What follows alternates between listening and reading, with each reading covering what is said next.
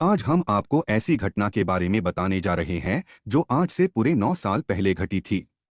ये घटना उत्तर प्रदेश के सबसे बड़े शहर और किसी जमाने में इंडिया के मैनचेस्टर के नाम से मशहूर कानपुर की है। ये घटना एक अरबपति कारोबारी की बहू के कत्ल की है, जिसकी बिखरी हुई कड़ियों को जब पुलिस ने समेटकर हिस्सों को सुलझाया तो खुद पुलिस वाले ही हैरान हो गए। 27 जुलाई 2014 को कानपुर शहर के एक नामी और बड़े बिस्किट कारोबारी ओम प्रकाश दसानी के छोटे बेटे पीयूष दसानी ने पुलिस को फोन किया। पीयूष दसानी ने जो बताया उसके मुताबिक रविवार की सुबह उनकी पत्नी ज्योति ने उनसे आउटिंग करने की फरमाइश रखी थी और उसी सिलसिले में दोनों पति पत्नी यानी पीयूष दसानी और ज्योति घर से निकलकर घूमते हुए कार्निवाल रेस्टोरेंट में लंच करने पहुंचे थे। लंच करने के बाद दोनों पति पत्नी होंडा कार से आगे निकल पड़ते हैं। तभी एक सुनसान सड़क पर दो मोटरसाइकिल पर सवार बदमाश उन्हें घेर लेते हैं। कार के रुकते ही वो बदमाश पीयूष को कार से बाहर निकालकर उसकी पिटाई करनी शुरू कर देते हैं। साथ ही बदमाश उसकी बीवी पर भी हमला करते हैं और फिर दो बदमाश पीयूष की कार को छीनकर बीवी समेत कार को अगवा कर ले जाते हैं। उसके बाद बाकी बचे दोनों बदमाश पीयूष को वही बदहवास हालत में छोड़कर भाग निकलते हैं। पीयूष मदद के लिए लोगों को पुकारता है और फिर अपने पिता को फोन करके सारी घटना के बारे में बताता है। इसके बाद एक मोटरसाइकिल वाले की मदद से पास के पुलिस स्टेशन तक पहुंचता है और वहां पुलिस वालों को अपना परिचय देकर पूरी वारदात के बारे में बताता है। पुलिस वाले उस वक्त बुरी तरह चौंक जाते हैं जब उन्हें पता चलता है कि शहर के नामी गिरामी कारोबारी की बहू को दिन दहाड़े शहर के बीचों बीच से अगवा कर लिया गया। पुलिस फौरन हरकत में आती है और पुलिस के तमाम आला अफसर भी चौकन्ने हो जाते हैं और पूरी घटना की तहकीकात में जुट जाते हैं। पुलिस में शिकायत दर्ज कराने के बाद पीयूष घर लौटता है। बहू के दिन दहाड़े अगवा होने की खबर से घर के साथ साथ आस पड़ोस में भी कोहराम सा छा जाता है। हर कोई सोच में पड़ जाता है। पीयूष और ज्योति की शादी को 2 ही साल हुए थे। पीयूष अगर कानपुर के जानेमाने कारोबारी का छोटा बेटा था तो ज्योति भी मध्य प्रदेश के जबलपुर के एक रईस खानदान की लाडली बेटी थी। लेकिन दिन दहाड़े कानपुर से अगवा होने की खबर मिलते ही जबलपुर में भी हंगामा मच जाता है। इधर पुलिस की तफ्तीश और तेज होने लगती है। पुलिस के अफसरों की एक टीम पीयूष के घर पहुंचती है और पीयूष को लेकर उस जगह का मुआयना करती है जहां वारदात हुई थी। पीयूष पुलिस अफसरों को अपने साथ रेस्टोरेंट से लेकर उस जगह तक ले जाता है जहां उसे बदमाशों ने घेरा और उसकी पिटाई के बाद उसकी गाड़ी और बीवी को छीनकर अगवा हो गए थे। पुलिस अफसरों ने गाड़ी का रजिस्ट्रेशन नंबर दिया ताकि उसे कहीं पर भी पहचानकर कब्जे में ले लिया जा सके। नंबर फ्लैश होने के कुछ ही देर बाद दोपहर करीब 1:30 से 2 बजे के बीच पुलिस कंट्रोल रूम से इत्तला आई कि जिस कार की तलाश की जा रही थी वो शहर के एक वीरान में खड़ी है। गाड़ी मिलने की इत्तला मिलते ही पुलिस अफसरों की टीम उस जगह पर पहुंची जहां उन्हें गाड़ी होने की सूचना मिली थी। पुलिस की टीम ने गाड़ी के पास पहुंचकर जैसे ही गाड़ी का दरवाजा खोला तो भीतर का मंजर देख वहां मौजूद हर एक के मुंह से चीख निकल पड़ी। गाड़ी के भीतर खून ही खून बिखरा हुआ था और कार की सीट पर पीयूष की पत्नी ज्योति की खून से लथपथ लाश पड़ी हुई थी। कार के भीतर की हालत से पुलिस ने अंदाजा लगाया कि ये हत्या की वारदात को हुए ज्यादा देर नहीं हुई है, क्योंकि खून अभी जमना शुरू नहीं हुआ है। कार में खून से लथपथ लाश को देखकर पुलिस वालों के भी हाथ पैर फूलने लगे, क्योंकि अभी तक जो मामला अपहरण का था वो अब हत्या में बदल चुका था। कार में ज्योति की लाश मिलने की खबर जैसे ही पीयूष के घर पहुंची तो वहां मातम छा गया। ज्योति की लाश को अस्पताल पहुंचा दिया गया। घरवाले भी पोस्टमार्टम हाउस के पास पहुंच गए और अब हर किसी की जुबान पर एक ही सवाल था। रविवार के दिन सुबह उन दोनों के घर से निकलने के भीतर सिर्फ 2 से ढाई घंटे में ये सब कुछ कैसे हो गया और ये किसने और क्यों किया। सवाल यही था कि अगर ज्योति का अपहरण फिरौती के लिए किया गया था तो फिर फिरौती की रकम मांगने के लिए कोई फोन क्यों नहीं आया और उससे पहले ही उसका कत्ल क्यों कर दिया गया। पुलिस इन सवालों के जवाब तलाशने के लिए घर वालों से कुछ पूछताछ करना चाहती थी, लेकिन घर के हर एक व्यक्ति का रो रो कर बुरा हाल था। पीयूष अलग रो रहा था, मगर पुलिस के लिए जरूरी था कि किसी भी सूरत में उससे अपने सवालों के जवाब हासिल कर सके।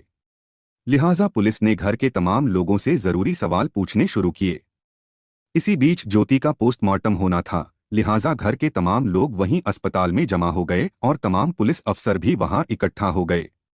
इसी बीच एक पुलिस अफसर ने पोस्टमार्टम हाउस के बाहर खड़े पीयूष को देखा तो उसे बड़ी हैरानी हुई, क्योंकि वो कुछ देर पहले घर पर भी पीयूष से मिल चुका था और बयान दर्ज करते वक्त पीयूष की हालत को देख चुका था।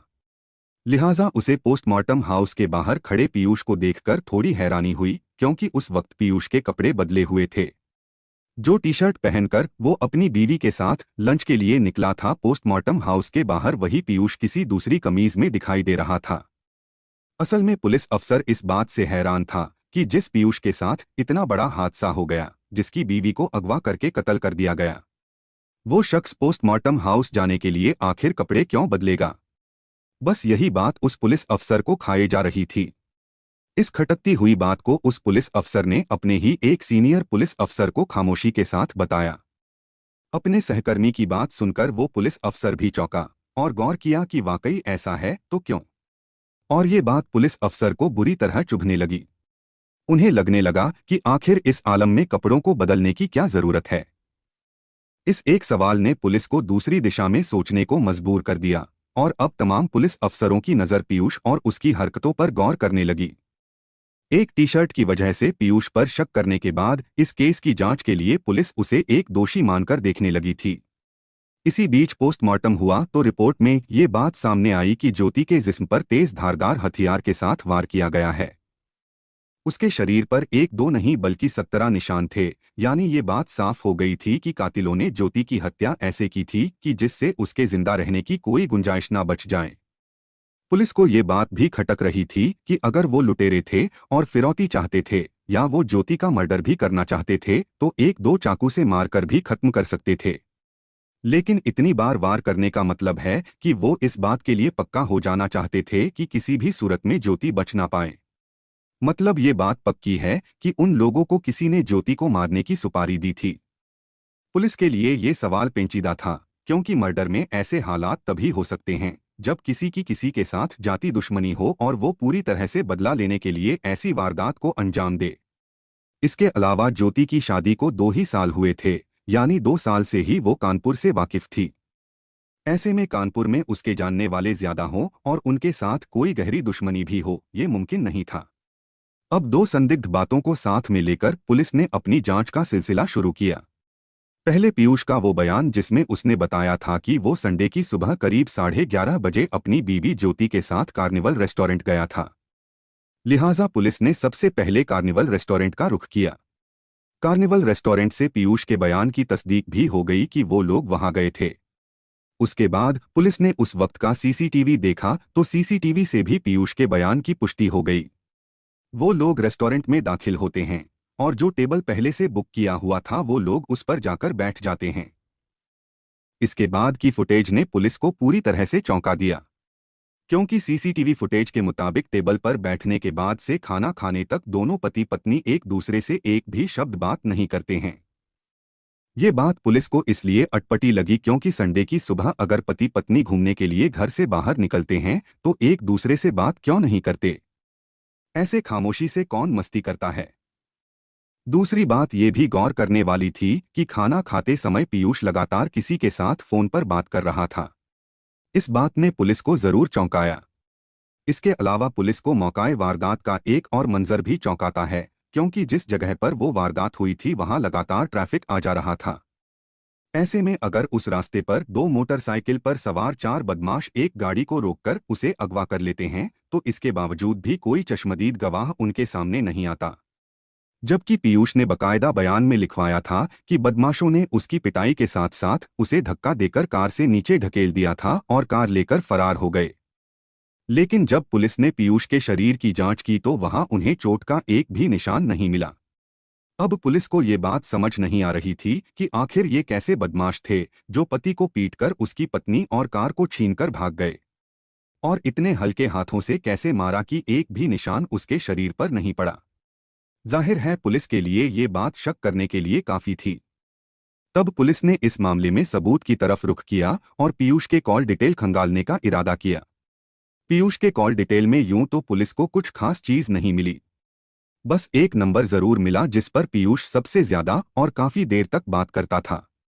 यानी उसके फोन में मौजूद 500 से ज्यादा नंबर थे, लेकिन उसी एक नंबर पर उसकी सबसे ज्यादा बातचीत होती थी। और हैरानी इस बात की थी उस नंबर पर वो बीते 3 सालों से ऐसे ही बात करता था। लिहाजा पुलिस की दिलचस्पी उस नंबर पर आकर टिक गई। उस नंबर को ट्रैक किया गया तो वो कानपुर की ही एक लड़की का नंबर था। उसका नाम मनीषा था। मनीषा कानपुर में पान मसाला बनाने वाले एक कारोबारी की बेटी थी, यानी वो भी एक करोड़पति बाप की बेटी थी। तब पुलिस को लगा कि ये मनीषा उनके इस केस को सुलझाने की कड़ी हो सकती है। लिहाजा पुलिस ने मनीषा से पूछताछ का इरादा किया। पुलिस ने पहले अपना होमवर्क पूरा करने के लिए मनीषा के कॉल डिटेल को ढंग से खंगाला और उसका सारा डिटेल लेकर अपने पास इकट्ठा कर लिया। पुलिस अपनी तफ्तीश को आगे बढ़ाती है। क्योंकि ये मामला 3 बड़े अमीर घरानों का था, इसलिए पुलिस फूक फूक कर कदम रख रही थी। पुलिस की अपनी तफ्तीश में उन्हें जो सबूत और सुराग हाथ लगे थे वो पीयूष के ही कातिल होने की गवाही दे रहे थे। लेकिन पुलिस इस बात को लेकर इस हालत में नहीं थी कि वो पीयूष पर कोई कार्रवाई कर सके। वो किसी पुख्ता सबूत के बिना पीयूष पर हाथ नहीं डाल सकती थी। तब पुलिस ने एक दूसरा पैंतरा आजमाया। पीयूष को पूछताछ के लिए थाने में बुलाया। पुलिस ने ये कहकर पीयूष को बुलाया कि वो ही इस पूरी वारदात का इकलौता चश्मदीद गवाह है, लिहाजा उसे पूछताछ करनी जरूरी है।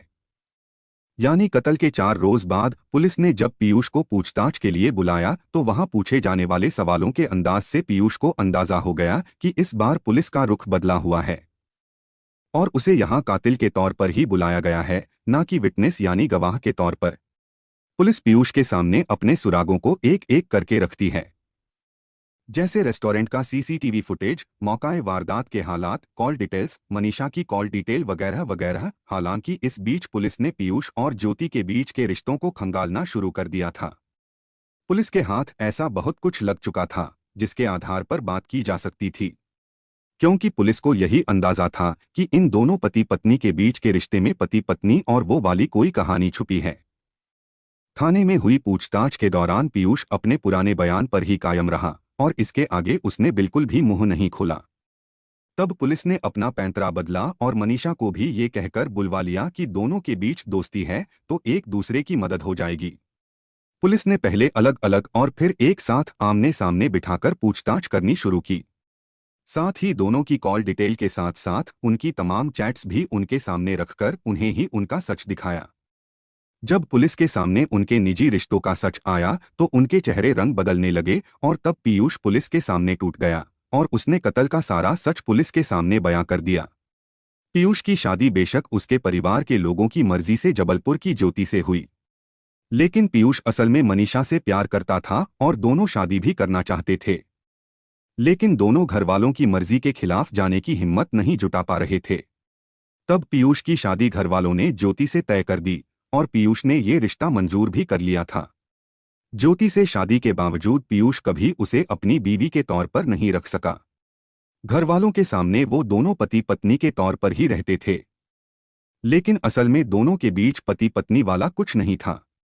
इसी बीच तलाशी के दौरान पुलिस को घर से ज्योति की एक डायरी मिली जिसमें ज्योति ने ससुराल आने के बाद हर एक दिन की कहानी लिखी हुई थी। पीयूष किसी भी सूरत में ज्योति को अपनी पत्नी मानने को राजी नहीं था और मनीषा से दूर रहना उसे अब गवारा नहीं था। ऐसे में पीयूष और मनीषा ने मिलकर ज्योति को रास्ते से हटाने का प्लान बनाया। गरज ये थी कि ज्योति को हटाते ही दोनों के बीच का कांटा हट जाएगा और फिर दोनों हमेशा हमेशा के लिए मिल सकते हैं। तब पीयूष ने इस पूरे मामले को किडनैपिंग का रंग देने के लिए अपने ड्राइवर और नौकर को साजिश में शामिल किया। दोनों को किसी सुपारी किलर को तलाश करने की जिम्मेदारी दी और तय तारीख को उसने सुबह से ही ज्योति को आउटिंग पर ले जाने के लिए कहना शुरू किया। अपने पति का मूड अच्छा देखकर ज्योति ने लॉन्ग ड्राइव पर चलने की जिद की। थोड़ी ना नुकुर के बाद पीयूष उसे उस जगह पर ले गया जहां उसने साजिश के लिए जगह पहले से तय कर रखी थी।